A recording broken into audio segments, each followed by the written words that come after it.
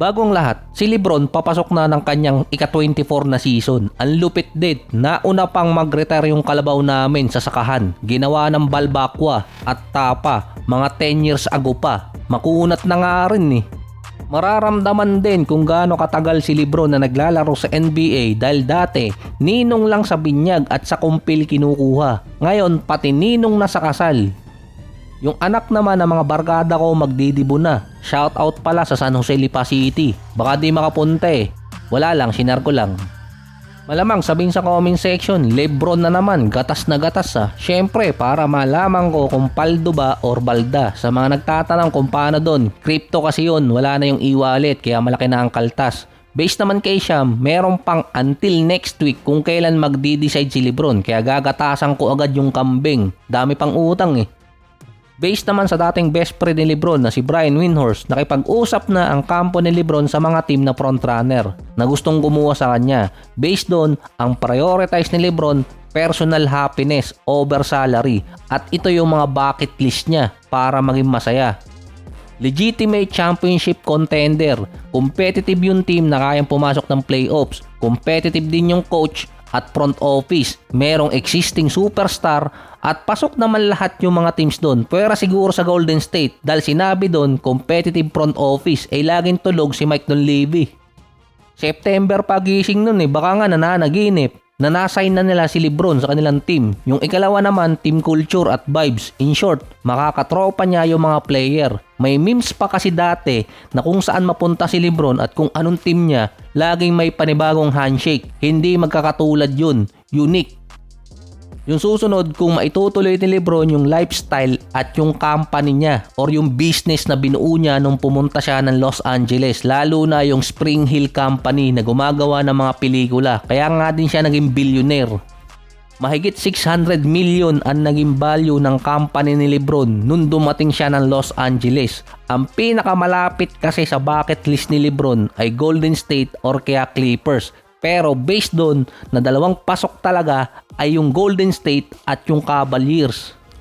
Based naman kay Sham, hindi niya top choice ang Cleveland, Miami at Sixers. Pero andun pa rin yung mga team na yun sa pwede niyang pamilian. Ang Minnesota at Golden State andun pa rin. Pero tinawag ni Sham na behind silang dalawa sa tatlong teams na nabanggit.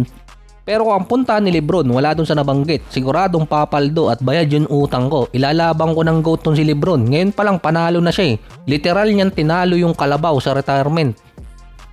Base kay Sham, ang focus ni Lebron ay Cavaliers, Miami at Sixers. Kaso yung dalawang teams dyan active na nagre-recruit kay Lebron, ang Cleveland at Philadelphia. Pero hindi ganong ka-active ang Miami or backdoor lang din pero imposibleng hindi alam yun ni Sham. Based naman sa ibang front office na nag-move on na, ang biggest threat na makapag-sign kay Lebron ay Golden State dahil di umano gagawa ng pelikula si Steph at si Lebron. Dahil prior nga bago ang free agency, lumabas kasi doon na nakipag-discuss si Lebron sa mga streaming platform. $1 million ang magiging value nun. At kung ipupush pa ng mga streaming platform na piliin si Steph dahil meron silang pagkakataon ng big time payday. Dahil sabi nga ni Lebron, gusto niya ng happiness. Kung mapunta siya sa Golden State, malamang times 2 yung kitain nilang dalawa ni Steph. Kahit anong problema ni Lebron sa mundo, siguradong sasaya siya kapag nakita niya yung digits.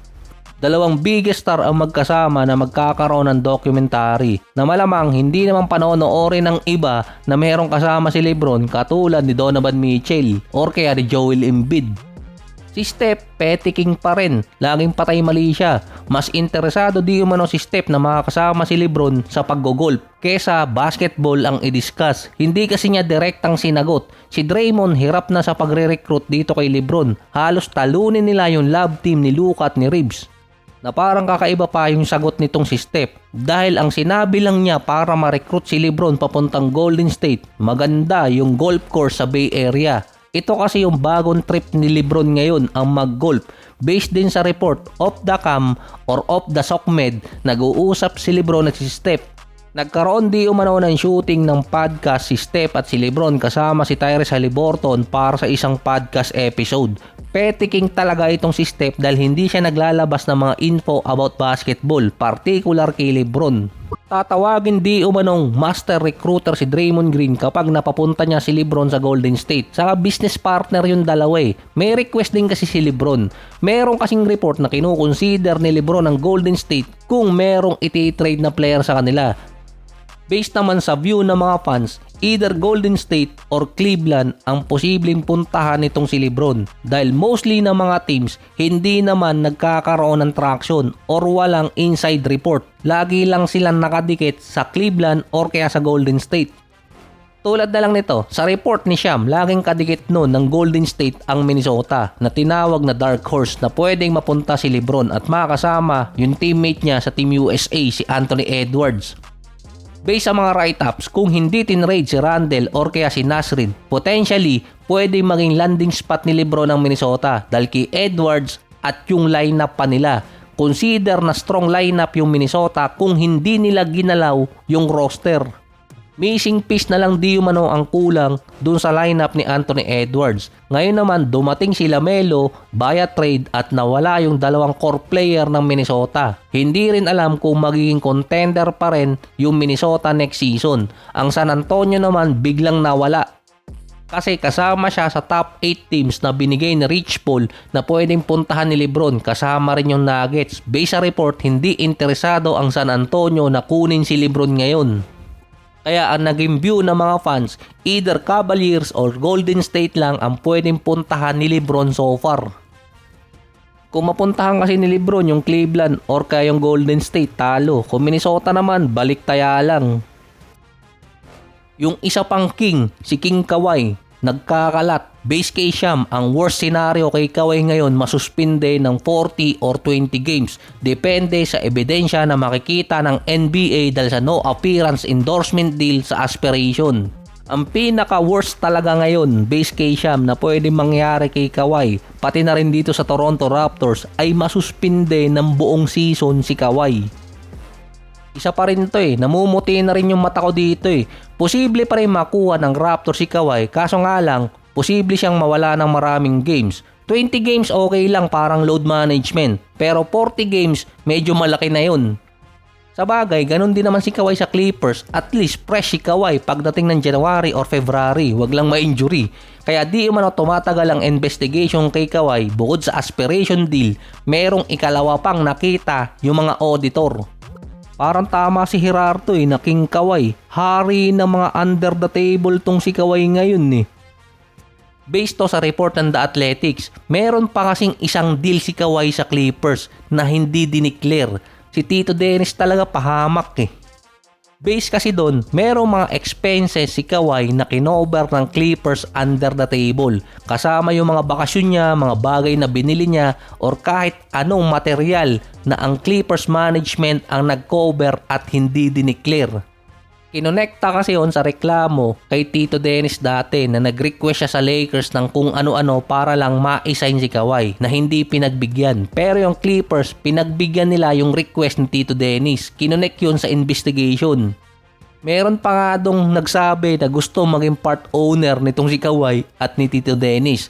Pwede kasing i-cover naman ng Clippers yung mga bagay na binili nitong si Kawhi. Pero based kasi sa mga auditor, dapat nagkaroon ng reimbursement or documented na kinover ng Clippers kung meron man si Kawhi na binibili or kaya pinagkakagastusan na hindi under the table. Sa ngayon, dahil merong ikalawang kaso itong si Kawhi, hindi pa alam kung ika-cancel ng Toronto yung trade. Tagilid na sila ngayon, naglabasan na yung issue kay Kawhi. Kaya pala tahimik lagi itong si Kawhi. Dahil kung meron kang mga under the table na deal, talagang tatahimik ka na lang eh. Kaya pala di umano yung San Antonio walang kibo nung sinabi ni Kawhi na sila yung isang team na gusto niyang puntahan. Na base pa sa report, natawa na lang si Coach Craig nung sinabi sa report na San Antonio ang gustong puntahan ni Kawhi bukod sa Toronto. Base kasi doon, kung saan pumunta si Kawhi nagkakaroon ng problema. Si Tim Duncan na lang talaga yung legitimate na tahimik. Nag-retire din siya ng tahimik, bigla na lang nawala, katulad ng episode na to, biglang mawawala.